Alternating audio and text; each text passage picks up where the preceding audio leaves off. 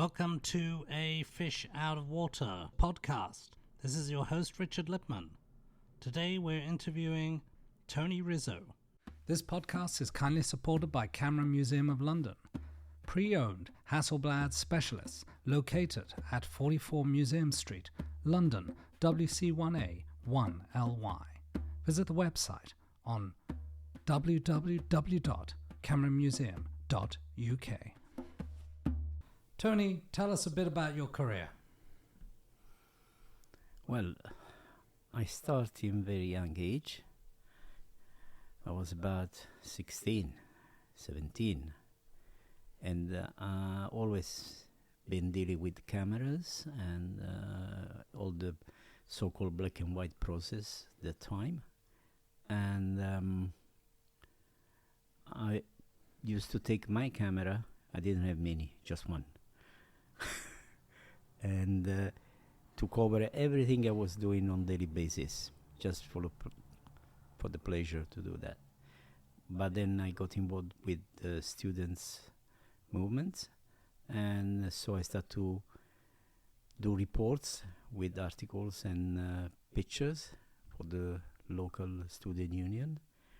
And then part of my material ended up on the desk of so-called important newspapers, who asked me they got in touch with me. I should say my mom, because that time the phone was one in each family. And at the beginning I thought it was a joke. But then I found out it was true, so they asked me to deliver them some of my material. And since then I never stopped. What year was that? Student Union. It was about 71.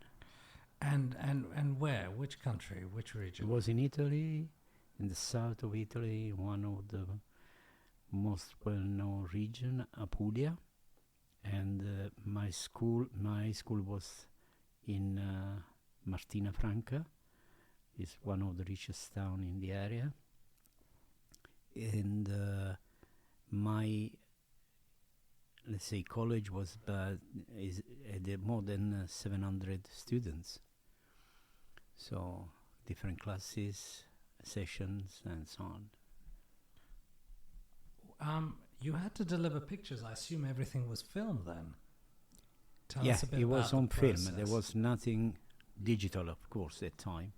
So I used, because I wasn't the rich, I couldn't buy full brand new made films. So I normally bought a supply of a pizza, called like that, a movie pizza, which could have been 17 meters, 30 meters, according with the money I had at that time. And I used to handmade my own film in black and white for my camera, so I could save money. And all the process was done for the chemical stuff in my mom's kitchen. And then she allowed me to use a little laundry area on the top of the roof, which became my dark room. I had everything I needed, so first of all I was isolated, which is important when you are doing the printing, and you don't need to be interrupted, and you don't need to have fire hazard or whatever, because the dogs, the pets can get in and touch things which is not allowed for them to deal with. And even friends, they used to pop in and they wanted to see, I don't see much, can I open the light? So they were open the light, switched on the light in the dark room to see better, destroy my work. So I used to say to them, don't dare to do it again, And since then I cut it off, the presence of anyone. Just one wants to see how it was and at the end of it, it became my secret area, basically. 17 or 20 meters of film? Yeah. Or was it 30 meters of film? Yeah. 30. How did you, if you had I mean, did you use up all the film in one day, or No. how many days? I would it used take? to set up unusual number of frames, so I didn't need to have a full 24 or 36 film, but I could have just 10.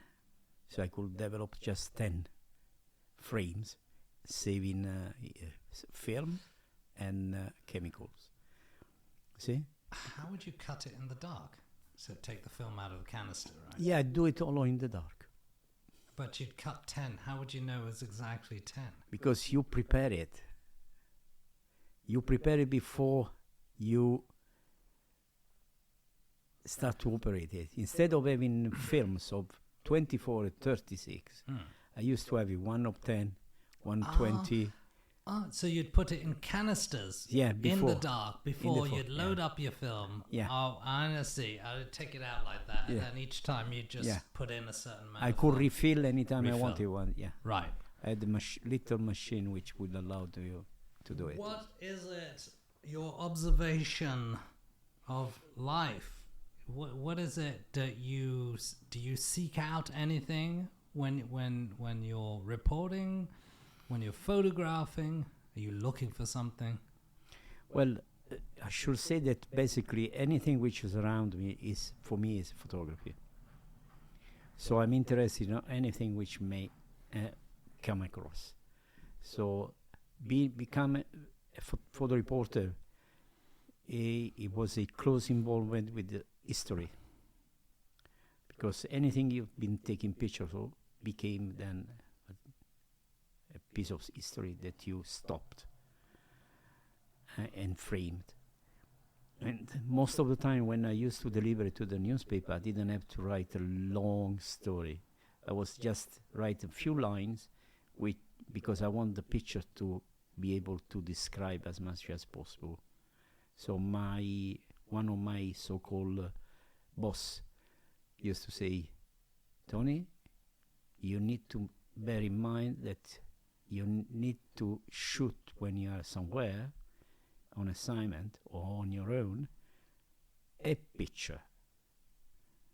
10 pictures, 100 pictures on the same subject.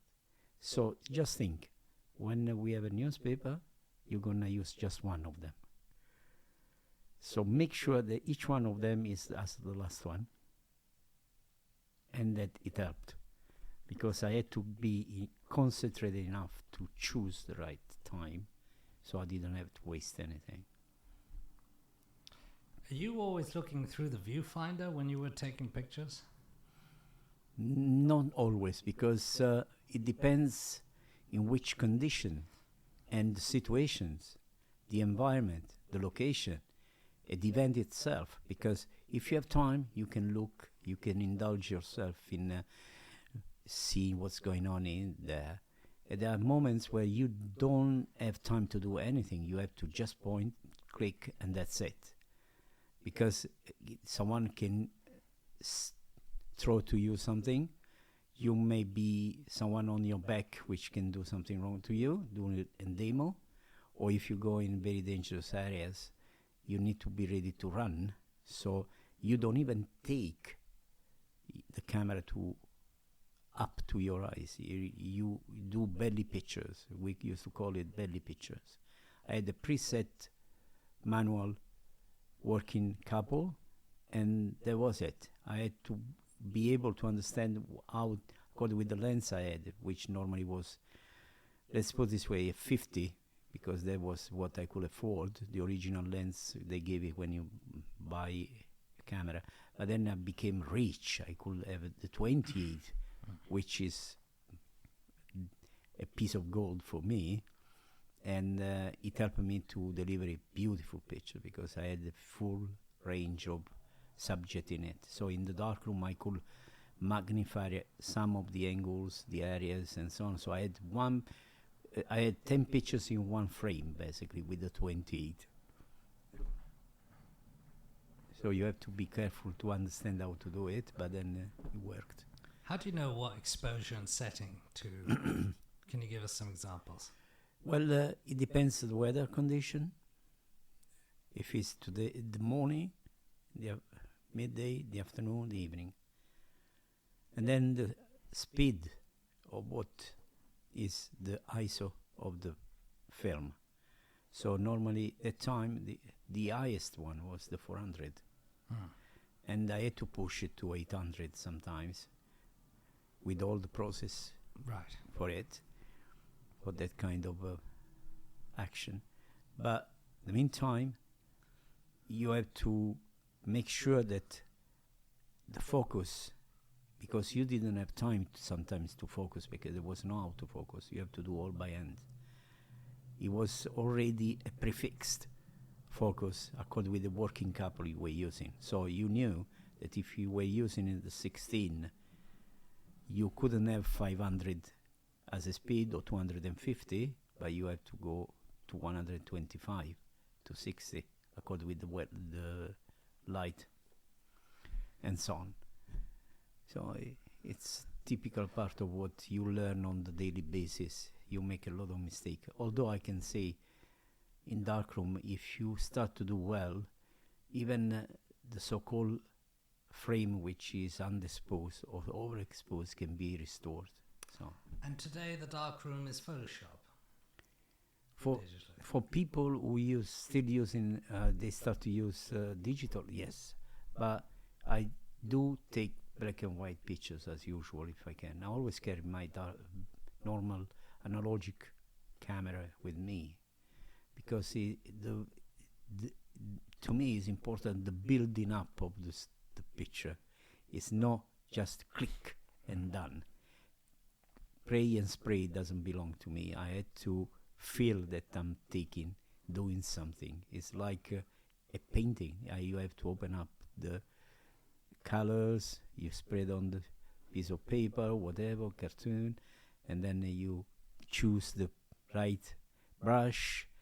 You have to do all bits and pieces to have the painting done. The same with the black and white picture with analogical camera. You just building up. But then you are so fast and so speedy that you don't even think of it. It's part of the warming up to click. Do you think of pictures in terms of stories? Yes, I told you before. One picture goes on newspaper, front page. He has to give to the person who look at it. No need to read, basically. You have to be able to do it for them. You need to deliver something which can, in a way, is a bit odd, but it's the brain, It's the brain, because it wakes you up, People don't say, I read that story and so on. They say, wow, I saw that picture. It's unbelievable, And that's is a matter of time too, because sometimes people don't have the so-called 5 minutes to sit and read, but they can look something in a second, and they can see so much anyway. The interpretation could be a bit odd sometimes, but back to the saying, a picture tells 1,000 words. Yeah. Tell us about dangerous situations. How do you read dangerous situations? Can you give us some examples? First of all, when you walk into places or you are an assignment which you already know that is going to be a bit dodgy, one of the first things you have to think of is how to run just in case you need to. And I'm not joking. Because you are wearing holding working tools which the price of them is very high, and you can't just restore like that if you lose them. Then, according to where you go, you have to understand how to act. So, for example, you can carry the camera, but if it's not wise to bring it up and show to everybody you're taking picture, you have to use different technique. So, for example, I told before, the belly picture is what you normally use in area where, there are a lot of let's say, unpleasant things going in the street, for example, or during demos when you are close range to uneasy moments. You have to be brave to be there, but to be able not to be spotted that you are active in taking picture. So you still same technique using the belly. Now, no, at the very beginning, to afford the tele was a dream. Few of us had a tele. There was no way that you. And beside the fact that the manufacturers didn't really produce that time real light handy teles, so to have it improved from the 80s to the 90s, our skill to be in a condition to be close to the action but be out of problems, dangers, because you could approach the scene without be in the scene thoroughly 100%. And then there are other little tricks when you want to take pictures of a situation where you know that if you do it straight away, you're going to be in trouble. So you have to use a decoy, basically. For example, you have to have a friend with you, possibly a woman, a girl, your girlfriend. He has to volunteer to approach the moment of people, ever acting like if you are taking pictures of her, instead you are taking pictures of the event itself. So I start to deliver, for example, the selling of drugs like that. So it was one of the tricks I learned to make sure that I could deliver what the newspaper asked. So was this a belly shot? No, it was a proper photo. But they were thinking that I was taking pictures of my girlfriend. Instead, it wasn't. And what were they doing? Could be anything. Selling drugs. How? What was do you remember the image? Well, just normal, how do you say, exchange of With money with the bits. The sachet. Yeah, powder. sachet. So Okay. could be, that time it was some smoke. How do you call it? I don't know. Marijuana. Yeah, well, I didn't ask them. Is it marijuana or hashish or whatever? Is Moroccan, is Afghani, whatever, Turks. But it was then, to be able to catch someone stealing a car, break the window or just be close to the door and try to open it with the fake keys or whatever, breaking the window, the glass with a brake or whatever. You got shots of all of that? Yeah, of course. So you were close. No, I used the tele. I used the tele. What's the tele? Tell us. It was a 200. 200. Yeah, I managed once to have a double, the ring which doubled the size of the tele, but the quality was not that good because it was experimental at that time. Now they are quite important and professional, but that time it was not. So I had to do a lot of work in the darkroom. In the meantime, it was very unusual to see such pictures on newspaper, so they could see they was stolen as a photo. It gave a kind of thrill, taste, different taste. It was not, according with the rules of photography, perfect, but it was appealing to look at. Which papers were Newspaper, daily newspaper. Which ones? Well, the regional one. Mention some names. Yeah, la Gazzetta del Mezzogiorno, il Quotidiano, il Mattino. It depends. They were, I'm talking a newspaper. La Gazzetta could sell 200,000 copy a day. Il Quotidiano 80,000, and gold time. Mattino even more. So I'm talking about national newspaper. So we're talking in the 70s, right? It was the 80s. 80s. Yeah. So did you ever get caught by criminals taking pictures? No. they knew me, basically. I had a kind of free access, because I would never deliver a picture where the police or anyone else could recognize the person. The trick was that, because they could see themselves in the newspaper. But the funny thing that they understood, that was my way to respect them and not to be in trouble. So the message was, let him do what he wants, because he will always take care of it. How would the picture not be shown, the face? You have to take them when they turn their head, doing things. But it's easy, it's not complicated. Ah. You have to spot the right time to do it. And can you do that instinctively? Yeah, that's my gift. So, because it's the thought, the dominant thought is not to lack of respect, not to do any harm to the person who is going to be the subject of your picture. I mean, can they see that you're pointing that camera at them? Sometimes. I'm very fast and quick in doing these things,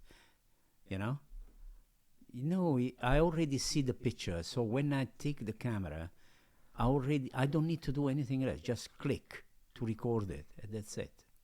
Oh, do you see what's happening beforehand? Yeah, in my brain, basically. How can I explain it? I know that person, that group of person will do something which I need to be ready for. And the body language tells me that it's going to happen in a matter of seconds, even less. So I'm already there for doing it. So you started taking pictures of news, right? Daily news? Yes, daily. Crime? Yeah, everything. Politics. Politics? Yeah, everything you can think of. In arts. The region? Yeah, for the region, yeah. And then slowly, the photo library agency, they start to call me to deliver local and regional quality picture. I start to work with the color slides, and I start to cover real heavy stuff, like quality stuff. And shows in theaters or very high profile productions. Such as? Lyric, operas, ballet, cabaret, that kind of things. Concerts, like pop and rock and so on. And it became an habit, basically. I've been working in a few different national theater, and I've been probably in more than 1,000 productions as a photographer. So a couple of things. How do you establish relationships with the subjects? Be silent. Be there and not to talk. Okay. And then they start to look at you like, what are you doing there? They are basically the one who start to talk to me. And then when you become an habit as a presence for them, for the artist or anyone else, especially in a theater, it's the easiest moment for you, because you can move like a ghost and deliver what is asked for, especially because you are not doing the classical pictures. You need to move around and to find the right location where you don't give any trouble to anyone. They can perform, the audience can see you, and so on. For example, for the noise in a theater, when you the shutters, and the mirror goes up and down, that time I used to have a kind of special blimpers. They are special to sachet, that you need to a bag, right, which was wrapped around the body camera, and then it was making the noise a bit more down, it was not that high peak as usual, and it helped me to survive, because people may get very annoyed to hear for 2 hours, 3 hours, click, click, clong, clong, click, clong, clong. And Tony, I know that you've got several books published. Can you tell us about some of the front cover pictures, how they are chosen? Yeah, and how it happened at the moment. Normally, when you take a picture, you understand straight away that that is gonna be a picture. And then when you working to publish a book, normally you go over thousands, so you have to kill some of them, despite the fact there can be 10 books done, published. And at the end of the day, is that what you normally do is going to be black and white or color, the book. So you know that you have to choose already a picture which needs to have all the best answer for what is going to be inside. And normally the picture which become a cover comes on their own. You as soon as you start to take off from the table, and don't normally used to put them on the table, I used to put them on the floor. Not even on the wall, on the floor. And the idea that you have to eliminate one and to bend to do that, it make you think twice. Instead, if you have it on the wall or on the table, it's easy to do this and that, No, this is good, that no is good. That's good, that's no good. Yeah, I like this one and don't like that one. So you have to look, bend, take it, and put it away. So before doing that, you have to think properly and make sure that things were happening. What's your favorite picture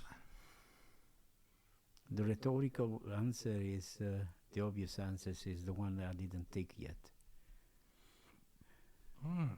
What about your influences? Any photographers or No. philosophers? Or No. I always loved, since I was a kid, to look pictures all around, from anywhere.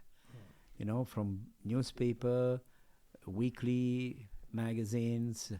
When the TV started to come to produce, news and so on, I was sticking close to the screen to see something.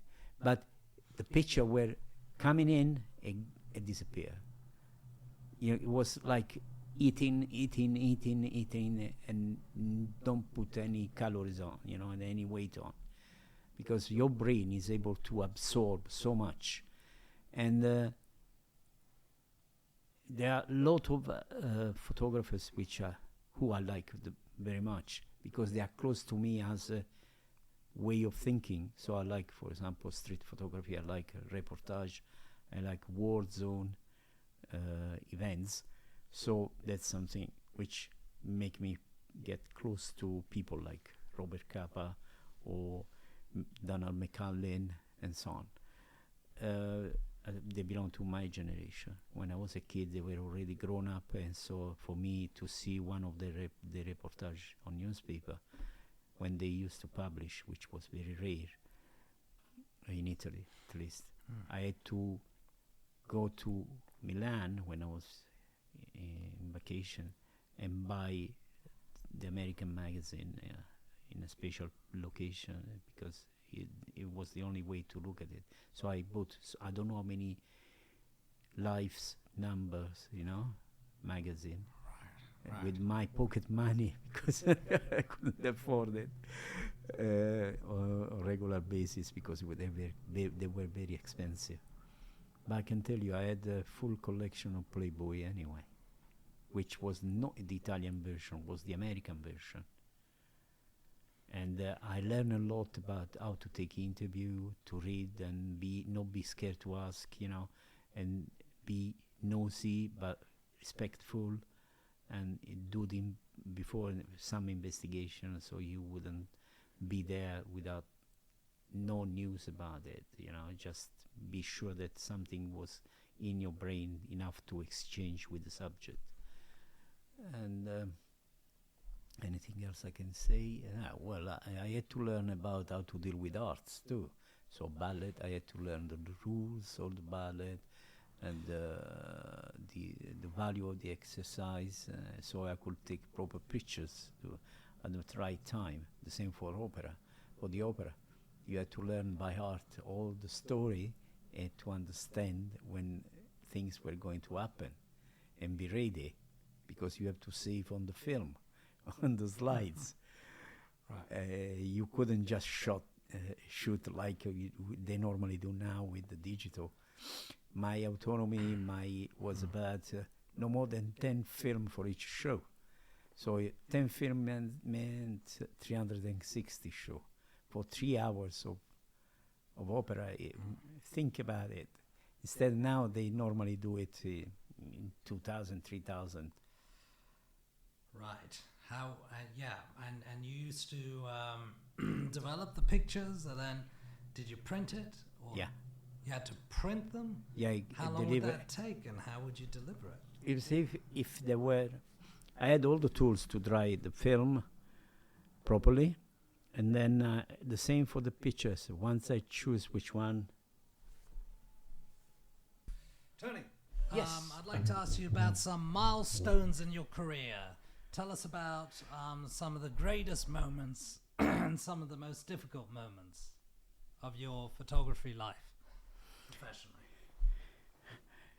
One of the best moment was when on my own I was walking in Milan in August with all the shops and offices closed, and the only one which was open in the business was in a photo agency called Grazianeri, where I popped in and introduced myself, and I asked for credit letters to be able to go abroad and start working as a photo reporter. And despite the lady understood that I was a beginner, she looked at me and said, because you look like someone who deserves it, I will write it for you. And she wrote for me the first letter. Then it was like an avalanche, because I met a second person in another agency who was quite old, but he understood my will to improve and move on, and he made me member of the photo library. So straight away he gave me the letters, and so I flew in the Middle East with the full credit letters to get my press card and be able to move in the country. In this case it was Israel. So, and I've been there for, let's put, almost 10 years doing my job. And that's what has been the turning point of my life. People who I never met in my life, and despite my young age, they gave me credit. They didn't even ask me about my background. They look at me and say, okay, you can do it. And that was something which I try to apply now. Anytime someone asks me to be helped or so on, I give all I can. Although, despite the fact that the time are changing, and this never be easy, but now it's very difficult too. There's no hope basically in this job, because it's changing too fast. The modernity is doing the wrongest aspect of it. Is killing the business basically. That's a big issue, because will be so many professionals will disappear. And when I talk about professionality, there is something special about anyone who really does photography with 30 years of profession. It makes you feel about it a lot. So to give up all the tricks, all the knowledge is no school, no book will teach you. You need to have people who can pass the information on the spot, and it's not allowed anymore because there is no remuneration in it. It's very difficult anyway.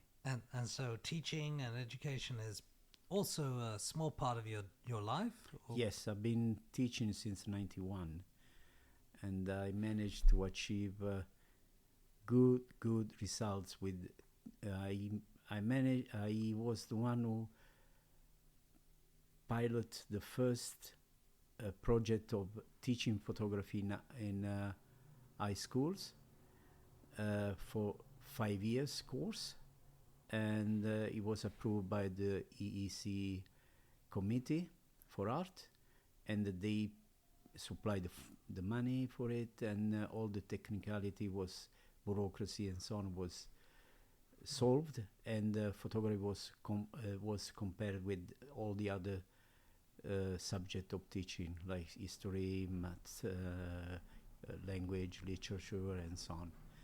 And I achieved beautiful results because one of my class was able to be part of the national congress of the photography in Italy, and they produced their own how do you call it, photo exhibition, and it just happened how do you say, for the first time in Italian history in the school. What's the one advice you would give to students? Never give up. Just keep, but to have a mission, basically. Not to just stick to the modernity, but try to restore anything which is related to tradition. Because photography is something you built. You don't serve as it is straight away. You have to, the real value is the building up of a photography. And you, with the modernity, you don't have that kind of things. What do you mean by building up? Means to be able to know how to have your own film handmade and set it up, all the chemicals, learn the portions, the quantity and the temperature, and be able to work in a very unusual condition like the dark, and be able to move in a very close premises, and at the end of all this process to be able to print on a piece of paper something which you already saw, and you will see on that paper is magic. It's like giving birth, and that means building up. So okay? So if someone went up to you and said, look, I want to build up stories, photo stories, but I also want to build up a sort of photography studio and a place to print, would you be able to set that up for them in a house? Yes, indeed. Because you need to be able to spot, first of all, what you need is no huge room, a huge space. It's a location where you can be left alone to move the right amount of space. And that's it. And then to have it dark, of course. So I suggest always a room which you can seal the windows or the doors easily, and then you do all the changes. You need running water. Yeah. Clean water. Yeah. But once you do the develop, you can do it in open air, in open light. So there's no big issue about that. You can do it in your bathroom. You can do it in a kitchen and so on. Oh, so you can actually print the picture? No, I'm talking develop about film.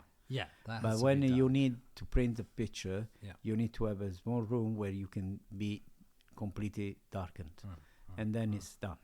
Because you don't need that running water. You need just to print, and then you put it in the acids and so on, the chemicals. So the developments and development can be done in the light. Or the film, basically. The film, and the print in the dark. So you're adapting to, how can I ask, financially, how much money were you making when you were sort of freelancing? When I was young, I used to earn pocket money, basically, because young age, I didn't have experience, so they used to give me nuts. But I was able to save them and be able to afford to buy my own pizzas, and talking about film pizzas, eatable pizza. And I couldn't buy, of course, a new camera because it was too expensive. But I start to rely on presents, people who didn't want to use their own camera anymore, so they will give it to me as a present. And it helped me to go on till I managed to earn enough money to buy a proper body with proper system of lenses and so on. But it took ages to do that. But once I started to work as a professional, properly freelance, money could come in easily, but you have to save most of it, because if you want to be independent as a freelance, you have to be able to pay your traveling, your expenses, your change gears, and if something was going wrong, you had to repair it. All the kind of unpredictable things. And today, when you were working for the agencies, were things getting better, or did you need teaching for that, or what about books? Did they make you a living? Did they help? How did that all happen? Well, one of the things is that when you work for photo library or agencies, they use just a small part of what you give to them, and some of the material lie resting in a drawer or in a special container and so on. But if you know that they are there and they can be back alive again, the only solution is the publication of books, or have it for exhibition. And if you thank God now, the condition of the publishing book is changed a lot. You can, if you got the right people, the right working tools, you can have your own book done, but you has to follow rules to avoid to be obvious. You have to be always after the idea that your work has to be unique. Or it needs to be out of the chorus. You have to make sure that there is no something similar to that around. And that's my philosophy. And so far, in my case, has been working. I will always produce something which drew the attention of people. And that's my reward, basically. If you sell books in good numbers and quantity, you can make some money. But never forget that to deliver a book means that you have to plan 5 years ahead, because you need to collect a story, different moments, different season, different events, according to what is going to happen. So it needs a plan, and you have to sit and think how to do it, where to do it, who's going to be the actors or the presence in your pictures, and then you start the project, and it goes on like that. And you've had several books based around the theatre, based around festivals, based around... how did you approach the publishers? Well, one of the good things about my work is that people in the business, they know me by name. Few of them, they really saw me, because I avoid to be a public figure. I rather be in the shadow, so I can move easily when I'm taking pictures. They don't see me as a threat, basically. So when I collect what I have and I go to someone who is in the business for the printing publisher, say, look, I got this project, this or that, which one you want? If they say me none, I just move to another one. I'm not scared to travel in between among them, At the end of the day, if you visit 10 of them, 1 or 2 of them will be interested. And then you start the negotiations. And at the end of the day, most of the time it's done. But it's a process which take a lot of patience and energies too. I guess you got to prepare the work, and you got to think about what each party wants in return. Yeah, exactly. No, well... what's your negotiation tactic? No, the negotiation is based on something. I already take to bring in my work. 5 years of work. There is no money can pay back that. Okay? And you deliver them, basically, the book. The only thing they have to do is to print it. We discuss about the quality of something, or the text, in which language has to be printed. And I should say, for example, that my books, they've always been in double language, Italian and English. and they are large format too, because they have to give to the pictures a beautiful result, so people can really enjoy watching them, and looking at them. And so far, I got few books delivered about traditional form of dance, music, and then I did something about ballet in theater, and then something related to religious tradition in the South. And I wrote a romance too, but no pictures in it at all. A true story is not a romance. It's true story which I transform in a kind of romance. And then I got 3 more books on the making, which will see the light pretty soon. But I'm very jealous when they need to go out, because I know that they're gonna be in people's hands who may not understand why I did it, why the content of it. But it's part of the game. I'm always been a bit worried about how people may not understand what I do. And what are the books gonna be about?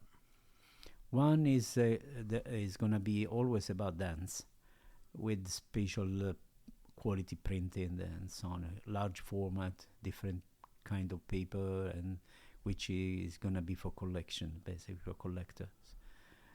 And because I had a lucky career about get in touch with so many companies and so on, so I got beautiful shots which they talk by themselves, so they don't need to give an explanation. And the other one is about why I think photography is not for everybody, and why I became a photographer. It's not just a choice that you make because you want to do the imitation of someone. You take over from a role model and so on. It's something which comes from you and the environment around you, which helps you to become some kind of producer like that. And I remember my first camera was given to me that I was around 7 years old. And I still have the pictures I took with that camera. Yeah, I still have the camera. Which camera was that? It was a Ferrania. It was built in Italy. It was made of the first plastic quality stuff. And the film inside it was 120. So my present when I was a kid were the films and the bulbs for the flash. And nothing else. And books. I didn't have any toys. As a matter of fact, I shouldn't say that, but I don't know how to ride properly a bike because I didn't learn when I was a kid. Right. And that's something you learn when you are a kid. And then when you learn when you are, let's say, 12 or 14, you already miss something. There is always an insecurity. Unless you practice all the time, you miss that. So... but I was happy to have that kind of presence, and all my relatives used to give it to me that for my birthday, or anytime I was having a good score at school. I didn't want sweets or anything. Just give me the film and the bulbs, And you pick a particular brand as well these days of camera? In a way, as I could afford it, I bought a special one of the camera which goes very in the, let's say, in our profession, especially for the reporters, not because the factory or the brand pays me for it, but because it's been proved it's very reliable, and although it's not very beautiful to look at, but as other body cameras, but when you work as a professional, what you have to look at is the delivery. And that if that camera doesn't stop, that's the bread, you can take it home. If it stops, means that you can't take picture. You have to spend money to repair it. And that's stupid. So you buy the real working tool. And there's been for over 30 years, 35 years, been a Nikon. I always had Nikons, and I've been using them not because I got married with her. No, it's just because he never let me down. And which ones? The analog and digital, which ones? I got the analogs, I got a Nicormat, I got an FM2 FE, and then I got 801, 801S, then I got F3, and then I got a D3. So it's plenty of. It's not the updated which makes the difference. It's the way you use it. Yeah, a client of mine, someone I work with, Holly Penfield. You were at one of her shows. You were commissioned to take, well, a small fee to take some pictures. At the time, she was struggling. You did a favor. We appreciate that. And you took possibly 20 photos. Yeah. And each one was nearly a hit. And she chose several of them for posters and websites, and also they were published in the Herald. And so out of the hundreds and dozens that I took, none of them were really that impressive. But of the 20 that you took, she was extremely impressed, especially because you managed to capture that moment. And tell us about a bit about capturing that moment. It's without moving. Yeah. As I say, you learn to be able to spot what's going on. If you spend time on it, basically, you have to, as I was telling at the very beginning, when I was younger, I had to deal with the very heavy and mechanical bodies, and I had to be able to go around with the idea that something was going to happen and be ready for it. And I normally now say that, and with the idea that I couldn't waste a shot, so I had to be careful about the moment to choose and shoot. And now I play the game with my students, say that I use the sniper technique, because with the digitals, you don't care about what you're doing, because you don't have to worry about the cost of what you're using and making, all the 700, 800 shot of just for one picture. So anytime I shoot, even with the digital, I think I'm still in analogic. So each shot is unique for me. So I had to be careful of what I choose. Of course, I had to be lucky too, because the artist has to perform. Because if the artist is a statue or someone who doesn't really perform as he should, it's a dead end. It's no way that you can improve it, what he's doing. But thanks to the experience and the gift, I managed to do it, and it's not just to compare others. It's you will be able to achieve such a result if you dedicate yourself to it. That's why to be able to be involved with the form of arts like ballet or opera, it helps you to understand when is the time to do it, because the body tells you it's the right time to, or the action itself, and it's the way you read what is all around you which makes the difference. What's your take on modern camera equipment and Instagram and social media? Well, it's a phenomenon which we have to face, but AI as well. Yeah, and at the other end, there is one thing: people get bored, and sooner or later they're gonna die as a phenomenon, according related to with the image itself, and new things will come out and so on. And so the photography as a form of art and expression will become more precious, because unicity is made of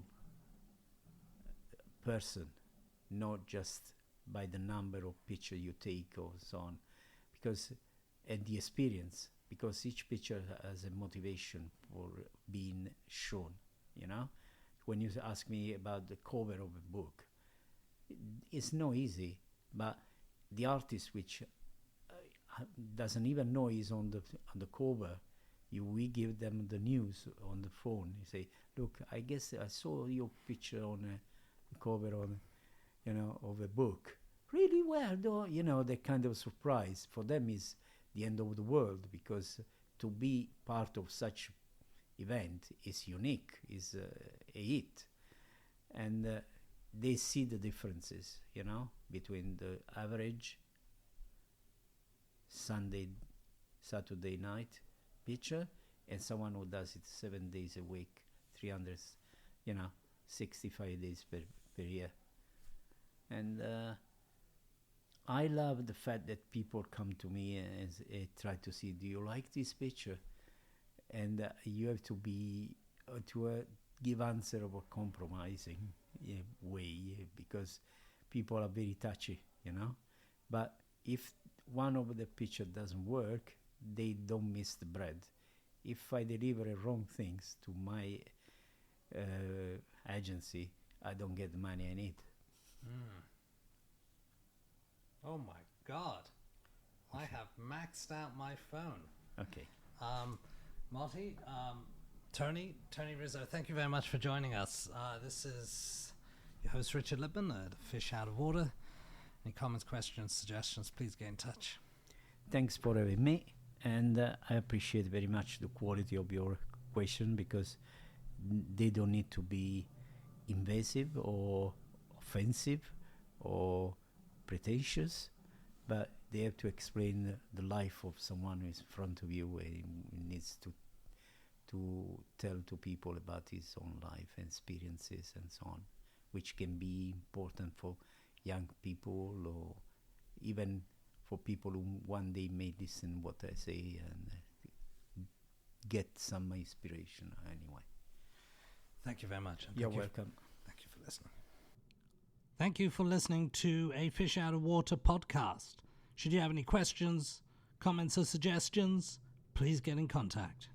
This podcast is kindly supported by Camera Museum of London, pre-owned Hasselblad specialists located at 44 Museum Street, London, WC1A 1LY. Visit the website on www.cameramuseum.uk.